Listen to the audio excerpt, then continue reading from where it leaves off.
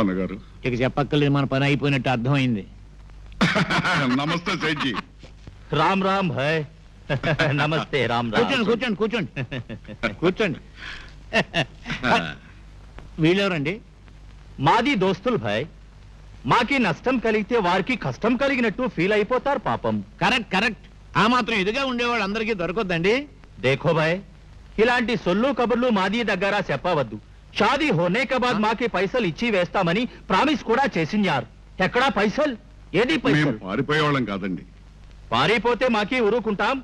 ఇది రోజు మీరు పైకం ఇవ్వవాలా, మేము ఇక్కడి నుంచి కదలవాలా? అబ్బాయి అమ్మాయి హనీమూన్ వెళ్ళారండి, రాగానే ఇస్తాం. హనీమూన్ కాకపోతే డైరెక్ట్ గా మూన్ కి పంపలేకపోయారు. ఇప్పుడు మీరు పైసలు మాకు ఇవ్వవాలా? రండి రండి, రా బాబు రా.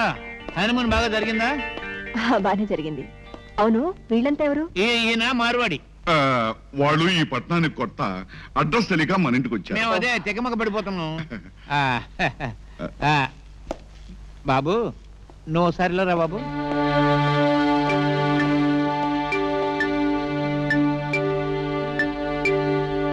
బాబు ఏమిటి లేవండి బాబు, మనం సేటుగాడికి 2 లక్షలు బాకీ ఉన్నాం బాబు. మనమా? అదే అదే బాబు, మా తమ్ముడు గారు నేను. నువ్వు ఆ 2 లక్షల రూపాయలు ఇస్తే వాడికి ఇచ్చేసి వాడి పేడ వదిలించుకుంటాం బాబు. అలాగే వాణితో చెప్పి. అమ్మమ్మా, అమ్మో, వాడికి తెలిస్తే నొచ్చుకుంటుంది బాబు. ఆ అమ్మాయికి తెలియకుండా నువ్వే ఏదో మేనేజ్ చేసి ఇవ్వాలి బాబు. సరే, నా దగ్గర ఒక 10,000 ఉంది. వడ్డీ కింద జమ కట్టి పంపించేయండి. ఇదిగో. బాబు మా బాబే, మా నాయనే, మా నాయనే, మా బాబే, మా బాబే, మా బాబే, మా నాయనే, మా బాబే, మా నాయనే, మా బాబే. సేట్ గారు, ఈ 5,000 వడ్డీ కింద జమ రాయండి. మిగిలింది ఒకటో ఏదైనా ఇచ్చుకుంటాం. దేఖో భాయ్, నెలా నెలా ఇలా వడ్డీ పైసలు ఇచ్చి వేస్తే అసలు పైసలు ఎవడో అడుగుతాడు భాయ్. వచ్చే నెల కూడా ఇది మాదిరి 5,000 వడ్డీ ఇచ్చి వేయండి బస్. రామ్ రామ్, వస్తాం.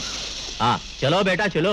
అబ్బా అన్నగారు, అల్లుడు గారు ఇచ్చిన డబ్బులో మన వాటా ఎంత? నేను చెప్తాను బాబు. ఇప్పుడు మన అన్నగారు మార్వాడికి 5,000 ఇచ్చారనుకోండి, అంటే మన జేబులోకి మరో 5,000 వచ్చాయన్నమాట. ఏం పెద్ద బాబు? అదేంటా నీకెలా తెలుసు? గుర్రానికి గుగ్గిల వాసన, ఈ గురునాథానికి పచ్చ నోట్ల వాసన 10 ఆమల దూరం నుంచి తెలుస్తుంటుంది బాబు. బాబు, పచ్చ నోట్ల వాసన చూసి సాలరైన ఒకసారి చూస్తాను బాబు. అబ్బా, చాలా గొప్పగా ఉన్నాయండి. ఓ పని చేస్తానండి, ప్రస్తుతానికి ఈ 5,000 నేను ఉంచుకుంటానండి. బాబు, తమ ఆరోగ్యం జాగ్రత్త బాబు. ఎందుకంటే తమ ఆరోగ్యం నా మా భాగ్యం బాబు. వస్తాను బాబు, నమస్కారం.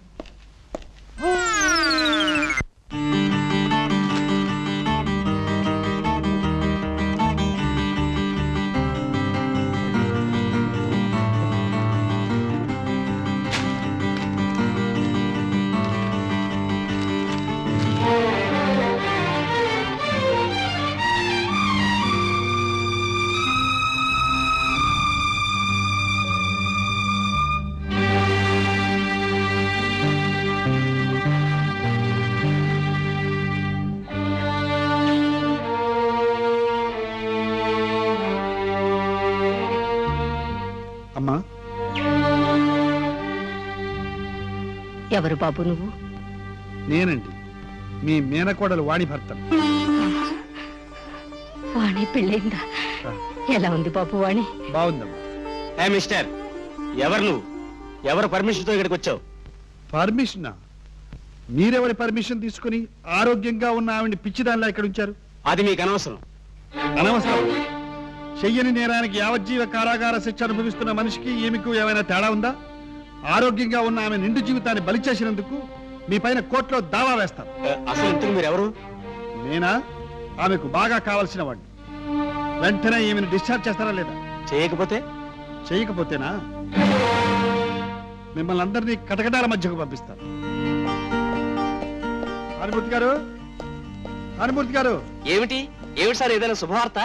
శుభవార్త నీకు కాదు, మీ బాబాయ్ గారికి. నాకు శుభవార్త. అవును, మీరు తెలుగుల వాళ్ళు అయితే చెప్పుకొని చూద్దాం. బాబాయ్, అర్జెంట్ గా నువ్వు 1,000 పట్టుకో.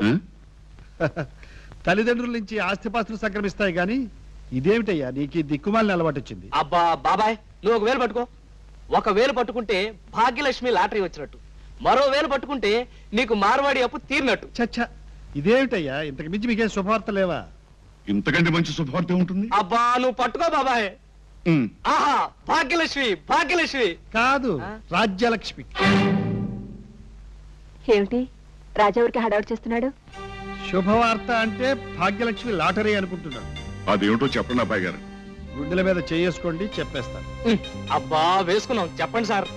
ఇన్ని సంవత్సరాలుగా మీకు దూరంగా పిచ్చాసుపత్రిలో ఉన్న మీ భార్య రాజ్యలక్ష్మి గారు వచ్చారు. ఏమిటి? అత్తయ్య పిచ్చి హాస్పిటల్ నుంచి వస్తున్నారా? అవును, రేపే డిశ్చార్జ్ చేస్తున్నట్టు ఇదిగో హాస్పిటల్ నుండి లెటర్ వచ్చింది. వాణి చూడు, మీ చిన్నమావయ్య గారి మొహం ఎలా వెలిగిపోతుంది. తమ్ముడు గారు, మీకు ఈ సంతోష సమయంలో ఏదైనా ప్రమాదం జరుగుతుంది, బెడ్రూమ్కి వెళ్ళి విశ్రాంతి తీసుకోండి. మావయ్య, నేను వెళ్ళి అత్తయ్యని తీసుకురానా? నో నో, ఈ ఇంటికి అల్లుండి నేను వెళ్ళి తీసుకురావాలి. మీరిద్దరు వద్దు, నేను వెళ్ళి తీసుకొస్తాను. ఎందుకన్న గారు, ఇంతకాలానికి కోలుకుని వస్తుంది. నేనే వెళ్ళి తీసుకొస్తాను.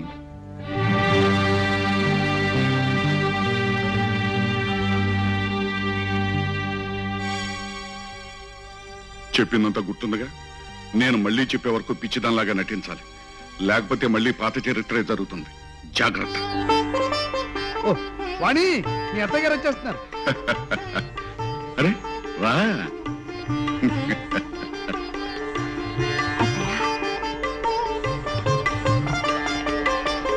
కమాన్ కమాన్, ఆగండి ఆగండి, మీకోసం పూలదండలు తీసుకొచ్చాం.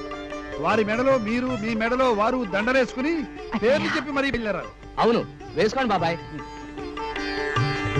ఆహా బాబాయ్, ఆది దంపతుల్లో ఉన్నాను అనుకో.